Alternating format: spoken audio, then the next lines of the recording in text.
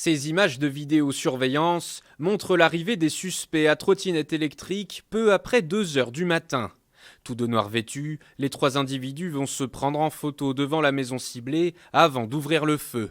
Le voisinage se réveille alors en sursaut. On a entendu un gros bruit, on avait l'impression que c'était des marteaux-piqueurs et on s'est rendu compte que c'était des coups de feu, type Kalachnikov, vous voyez, arme automatique quoi. Bien sûr, c'est un peu spécial parce que ça aurait pu être nous en fait. Moi, me réveiller avec un coup de calache, franchement, ça fait peur un peu. Hein. La maison finit criblée de balles, 30 impacts relevés, y compris à l'intérieur. Au total, 38 douilles sont retrouvées au sol. Les auteurs, eux, sont toujours recherchés par les autorités. On est clairement là sur des individus qui ont voulu terroriser ou marquer un message. C'est l'enquête qui démontrera si il y a de fortes chances sur euh, un message sur fond de trafic de drogue. Cette nuit-là, la propriétaire est légèrement blessée par des bris de verre. Présents également, ses 4 enfants âgés de 23 à 30 ans s'en sortent indemnes. Le maire de la ville apporte son soutien aux habitants et condamne ces violences. Ces faits sont très graves et ils doivent être traités avec la plus grande fermeté.